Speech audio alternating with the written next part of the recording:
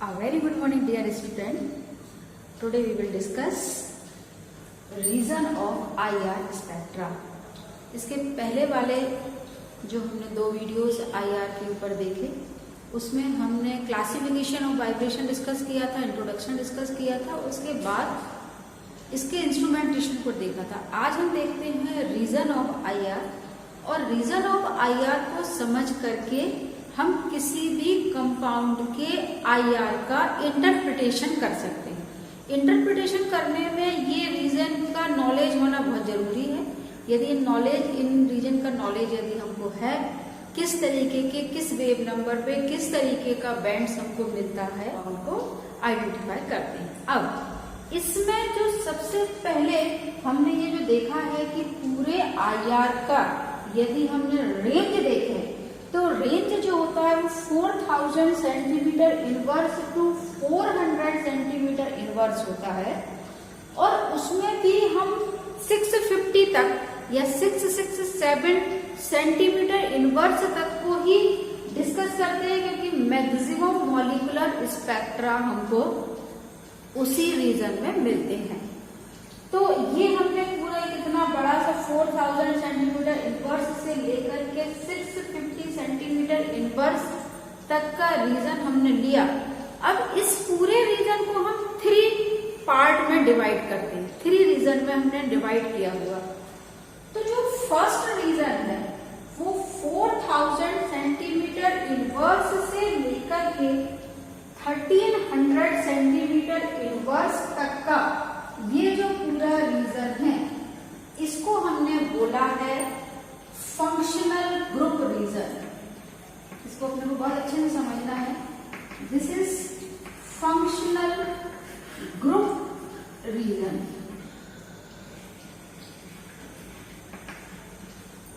जितने भी प्रकार के फंक्शनल ग्रुप हैं, चाहे वो हाइड्रोक्सी ग्रुप हो, चाहे अमाइनो ग्रुप हो, चाहे डबल बॉन्ड हो, ट्रिपल बॉन्ड हो, जितने भी प्रकार के जितने भी फंक्शनल ग्रुप होते हैं उनके सबके बैंड्स हमको 4000 से लेकर के 1300 सेंटीमीटर इनवर्स वाले रीजन में ही मिलेंगे, उसके बियॉन्ड में नहीं जाते।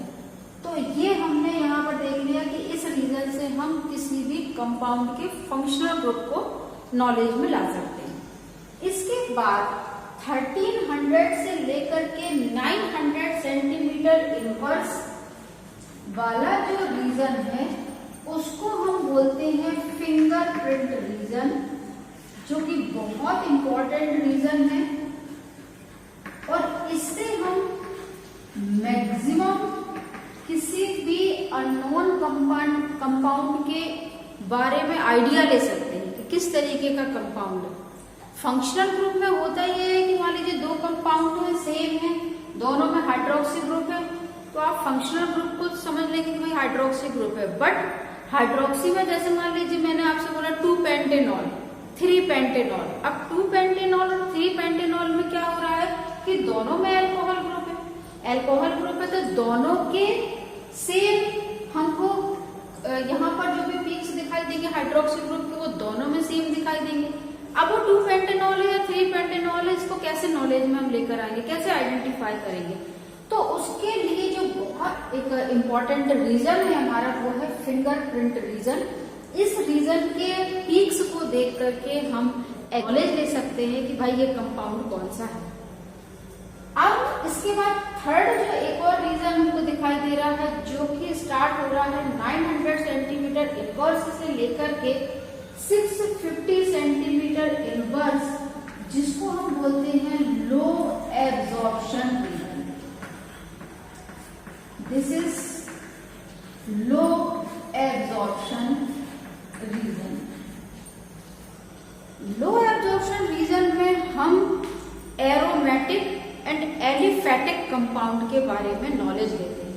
यदि इस रीजन में हमको कोई भी पीक दिखाई देते हैं मतलब वो कंपाउंड कैसा है, एरोमेटिक कंपाउंड है।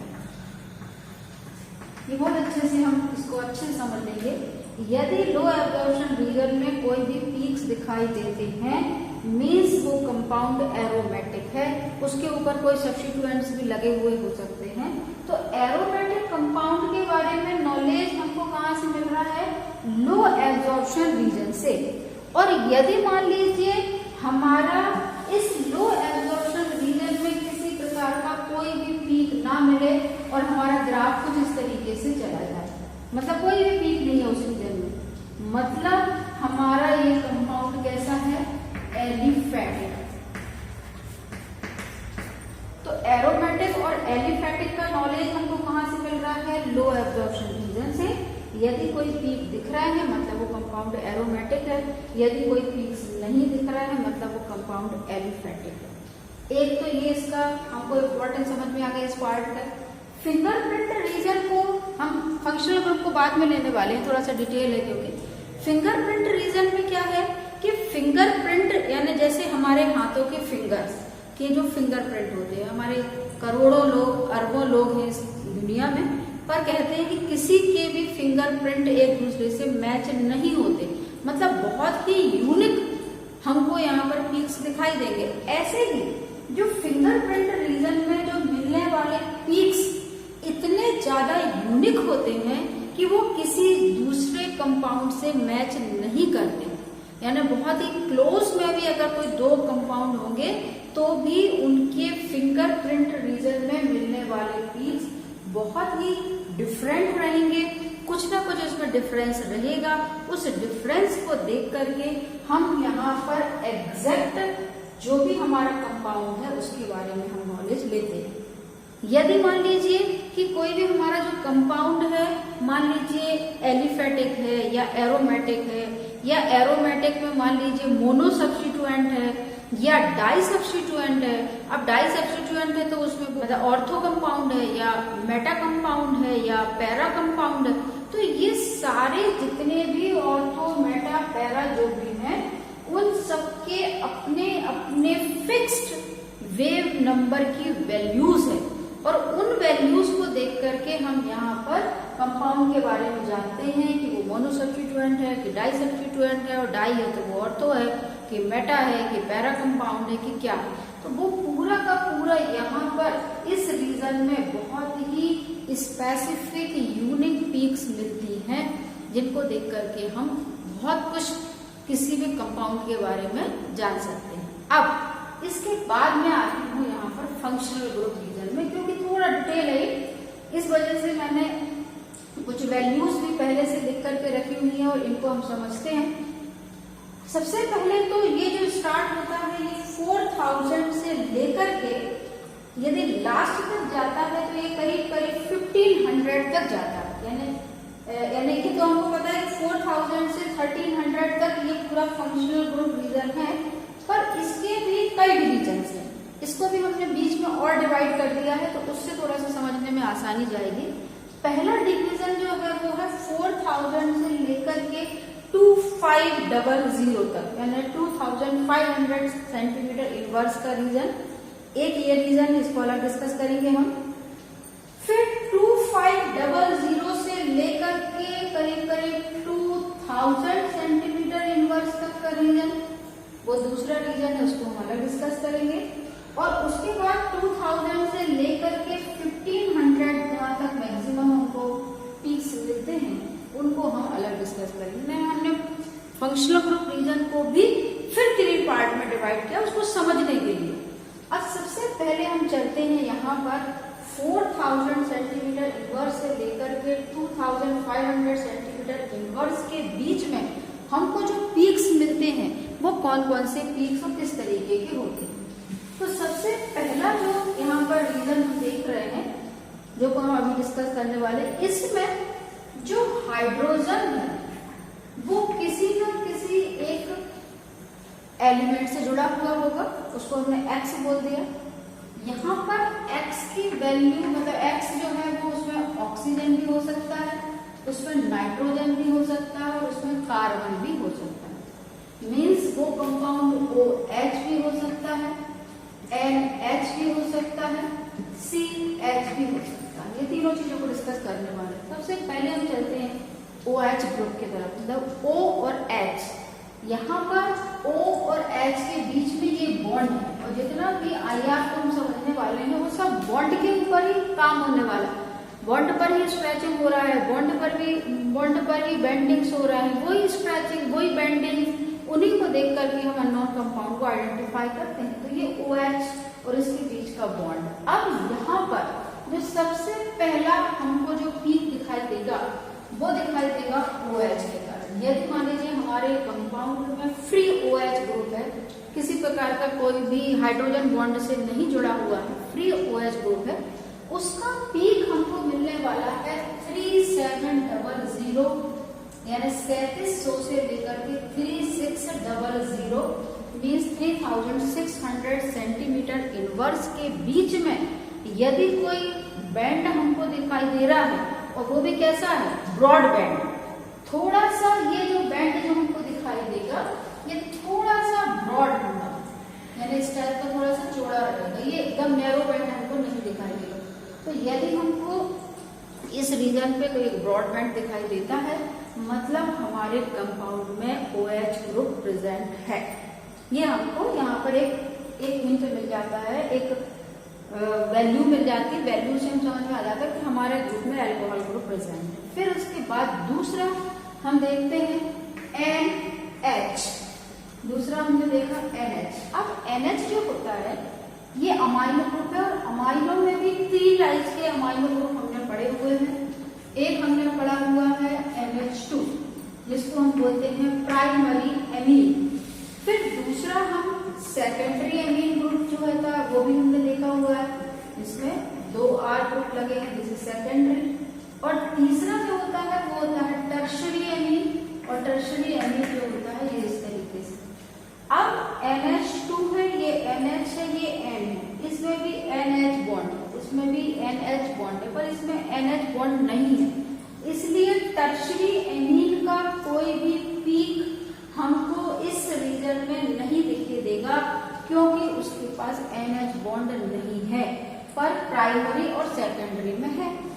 अब सबसे पहले हम बात करते हैं इसके रीजन की। रीजन देखो बिल्कुल अलग है, यहाँ पे 3600 पे ये खत्म होता है, यहाँ शुरुआत हो रही है 3500। 3500 से लेकर के 3100 तक का रीजन अमाइनो ग्रुप के लिए होता है। अब अमाइनो ग्रुप में भी यहाँ पर 2 प्रकार के अमाइनो ग्रुप है, कि प्राइमरी भी है और सेकेंडरी भी है, तो कैसे डिस्टिंग्विश करेंगे हम? तो ध्यान रखिएगा कि यदि मान लीजिए प्राइमरी अमाइनो ग्रुप है तो जो भी पीक्स हमको मिलेंगे वो डबलेट में मिलेंगे, डबलेट में हमको यहाँ पे पीक्स मिलेंगे। और यदि सेकेंडरी है तो स्ट्रॉन्ग बॉन्ड मिलेगा, और वो भी सिंगल मिलेगा। सिंगल स्ट्रॉन्ग बॉन्ड यदि इस रीजन पे हमको मिल रहा है, मतलब हमारा कंपाउंड कैसा है, सेकेंडरी अमीन ग्रुप है।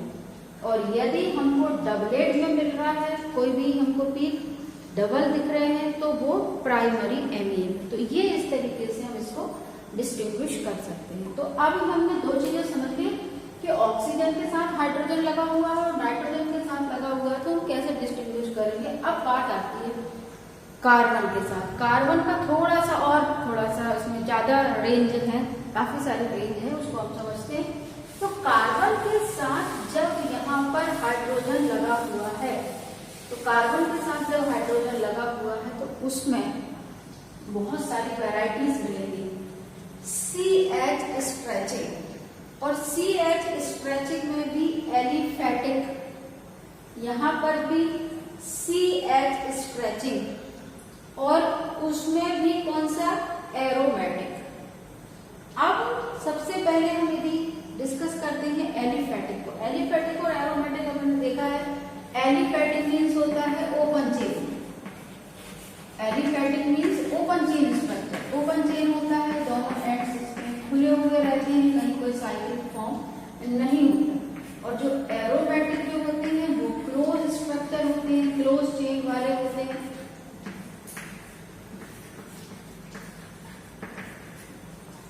तो अब एलिफेटिक और एरोमेटिक को, उसको भी हम डिस्टिंग्विश करते हैं।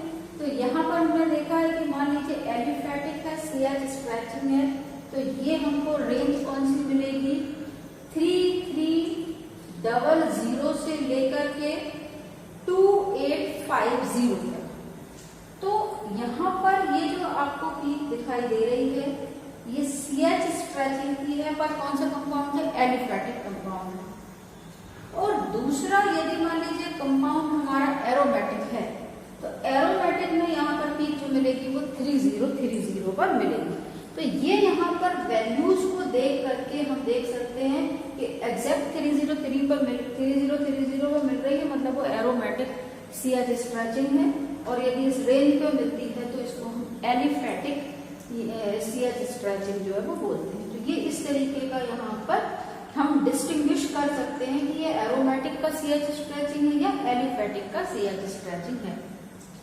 जो एलिफेटिक स्ट्रेचिंग जो है उसका जो यहाँ पर हमको बैंड दिखाई देगा वो भी थोड़ा सा ब्रॉड दिखाई देगा, थोड़ा सा ब्रॉड। यदि ब्रॉड है तो वो एलिफेटिक है और यदि ब्रॉड नहीं है तो वो एरोमेटिक है। इतना हमने यहाँ तक देख लिया। तो ये इतना हमारा क्लियर हो गया। इसके बाद फिर हम यहाँ पर चलते हैं, नीचे आते हैं यहाँ से, तो मिथाइल ग्रुप और मिथाइल ग्रुप के बीच की स्ट्रेचिंग, उसमें भी C और H CH है। तो यहाँ पर यदि मिथाइल ग्रुप है तो मिथाइल ग्रुप है तो मीन्स क्या हो गया? CH3 और CH3 है मीन्स यहाँ पर C है 1 2 3 H लगे हुए इन H के बीच में CH के बीच में क्या है? स्ट्रेचिंग। ये मिथाइल ग्रुप। और जहां मिथाइलीन ग्रुप की बात कर रहे हैं तो मिथाइलीन ग्रुप कहलाता है CH2। तो CH2 ग्रुप, तो यहाँ पर मिथाइलीन और मिथाइल ग्रुप का भी जो रेंज है वो 2965 से लेकर के 2880 तक के बीच के रेंज पर यदि हमको पीक्स दिखाई देते हैं तो वो क्या है? मिथाइलीन या मिथाइल ग्रुप के हैं। तो ये जो है इतना हम यहाँ पर मिथाइलीन और मिथाइल ग्रुप के बारे में नॉलेज ले सकते हैं। मिथाइलीन और मिथाइल ग्रुप में सिमेट्रिकल और एसिमेट्रिकल दोनों प्रकार की स्ट्रेचिंग जो है वो हो सकती है। इसका सिमेट्रिकल और एसिमेट्रिकल को हमने क्लासिफिकेशन में देखा है, उससे अब जाकर के वहां पर एसिमेट्रिकल और सिमेट्रिकल स्ट्रेचिंग के बारे में नॉलेज ले सकते हैं। इसके बाद फिर हम चलते हैं यहाँ पर और ये देखते हैं कि यहाँ पर एल्काइन और एल्कीन ग्रुप। अब एल्काइन और एल्कीन ग्रुप के बारे में डिस्कस करते हैं। तो एल्कीन ग्रुप जो होता है मतलब उसमें क्या है? C डबल बॉन्ड C और एल्कीन है तो इसमें लगे हुए हैं 4 हाइड्रोजन। यहाँ पर लगे हुए हैं 4 हाइड्रोजन। अब 4 हाइड्रोजन है तो इसमें भी क्या है? CH स्ट्रेचिंग है, CH स्ट्रेचिंग है, CH स्ट्रेचिंग है। ये क्या हो जाएगा आपका? एल्कीन, मतलब डबल बॉन्ड वाला। इसमें भी CH स्ट्रेचिंग। और दूसरा है एल्काइन। एल्काइन में क्या है? ट्रिपल बॉन्ड लगा हुआ है और एक H लगा हुआ है, ये H लगा हुआ है। अभी हम जितनी भी जो बात कर रहे हैं वो सिर्फ CH स्ट्रेचिंग की ही बात कर रहे हैं। अभी हम इनकी बात नहीं कर रहे, इनको हम अलग अभी इसके बाद देखते हैं। CH स्ट्रेचिंग, तो CH स्ट्रेचिंग की बात कर रहे हैं। अब यदि मान लीजिए कि एल्कीन, मान लीजिए हमारा कंपाउंड एल्कीन है तो जो भी हमको पीक्स मिलेंगे वो कितना कहाँ पर मिलेंगे? 3100 से लेकर के 3000 सेंटीमीटर इनवर्स। इस रेंज पे यदि हमको पीक्स मिल रहे हैं मतलब हमारा ये हुआ कि ये कंपाउंड कैसा है? एल्कीन। और यदि 3300 पर हमको यहाँ पर पीक्स मिल रहे हैं इसका मतलब है कि हमारा कंपाउंड एल्काइन है। तो यहाँ पर यदि इससे में 33 पे मिल रहे हैं तो एल्काइन है। यदि 33 के बाद अब ये थोड़ा सा और इस तरफ रहेगा तो 3100 से 3000 के रीजन के बीच में मिल रहा है मतलब कंपाउंड एल्कीन है। तो यहाँ तक हमने देख लिया। अब इसके बाद हम आते हैं इस रीजन पे।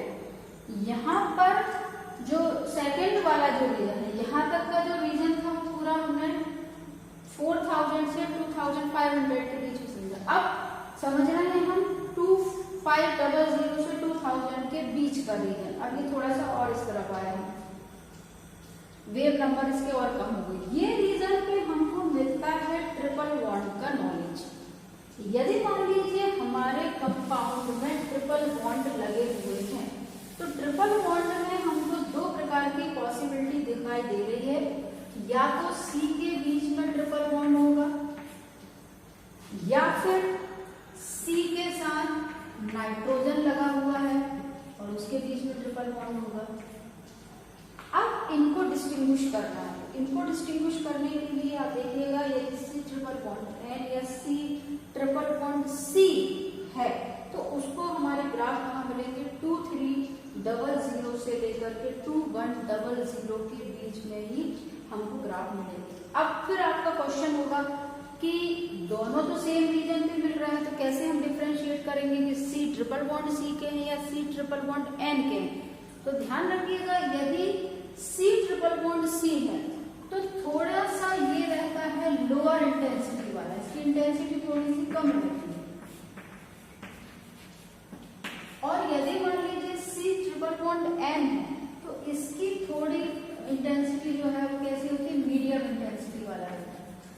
तो इंटेंसिटी को देख करके भी हम यहाँ पर एक आइडिया ले सकते हैं कि भाई ये C ट्रिपल बॉन्ड C है या C ट्रिपल बॉन्ड N है, को डिस्टिंग्विश कर सकते हैं। इतना हमारा हो गया ये वाला रीजन 2500 से 2000। अब हम चलते हैं 2000 टू 1500। यहाँ पे हमको ये मिल रहे हैं दो डबल बॉन्ड। अब दो डबल बॉन्ड मिले तो यहाँ पर दो बॉन्ड देखिए, C डबल बॉन्ड O और C डबल बॉन्ड C। ये डबल बॉन्ड वाले होते, ये ट्रिपल बॉन्ड वाले होते। अब ये डबल बॉन्ड है तो अब इसमें देखिएगा, यदि हमारे कंपाउंड में C डबल बॉन्ड O है, मीन्स हमको पीक कहाँ मिलेगा, 1800 से लेकर के 1650 के बीच में। यदि हमको कोई भी पीक मिल रही है, मतलब हमारे कंपाउंड में कीटोन ग्रुप प्रेजेंट है, ये बिल्कुल इसको हम एक अंदाजा लगा सकते हैं। और C डबल बॉन्ड C है तो उसका पीक हमको कहाँ मिलेगा, 1650 पे। तो फिर आपका क्वेश्चन होगा कि भाई ये तो दोनों सेम है, यदि मान लीजिए कीटोन का भी यहाँ मिले और इसका भी ये मिले तो हम कैसे डिस्टिंग्विश करेंगे। तो जो C डबल बॉन्ड O है उसका पीक इंटेंस होता है, थोड़ा सा इंटेंसिटी ज्यादा रहती है, और ये जो है ये थोड़ा सा ब्रॉड होता है या कम इंटेंसिटी वाला हमको यहाँ पर दिखाई देगा। तो कम इंटेंसिटी वाला दिखाई दे तो वो C डबल बॉन्ड C है, ज्यादा इंटेंस बॉन्ड दिखाई दे मतलब वो C डबल बॉन्ड O है। तो ये इतना हम बहुत सारी चीजों का इसमें अंदाज लगा सकते हैं। कभी भी किसी भी कंपाउंड में इंटरप्रिटेशन करने आता है, कोई भी सैंपल दिया जाता है उसका इंटरप्रिटेशन करना जाता है, तो करने के लिए आप पूरा एक चार्ट होता है, उसमें सारी वैल्यूज दी रहती, सभी चीजों की वैल्यूज है, कौन सा फंक्शनल ग्रुप है, कौन सी स्ट्रेचिंग है, कौन सी बेंडिंग है, कहाँ पर क्या चीज मिलेगी, कितनी पीक, कितने वेव नंबर पे अगर आएगी पीक तो क्या रहेगा, फिर उसकी इंटेंसिटी को देख करके, ये सारी चीजों को देख करके हम अननोन कंपाउंड को आइडेंटिफाई करते हैं। ये सारी चीजें समझ करके हम डेफिनेटली किसी भी कंपाउंड का इंटरप्रिटेशन करने आता है हम कर सकते हैं। आई होप इसके तीनों रीजन आपको क्लियर हुए होंगे, इसकी इम्पोर्टेंस क्लियर हुई होगी। कहीं भी कोई भी डाउट है, कॉम्प्लिकेटेड है ये तो टॉपिक ही कॉम्प्लिकेटेड होता है, ये पूरे चैप्टर ही कॉम्प्लिकेटेड होता है, तो ये कॉम्प्लिकेटेड है, पर फिर भी इसमें एक एक चीजों को मैंने बहुत अच्छे से समझाया। यदि कहीं भी किसी भी पॉइंट में अगर आप डिफिकल्टी जा रही है तो आप जरूर उसको कमेंट सेक्शन पे लिखेंगे, मैं और इसका एक्सप्लेनेशन दूंगी। Thanks for watching, subscribe my channel and take care.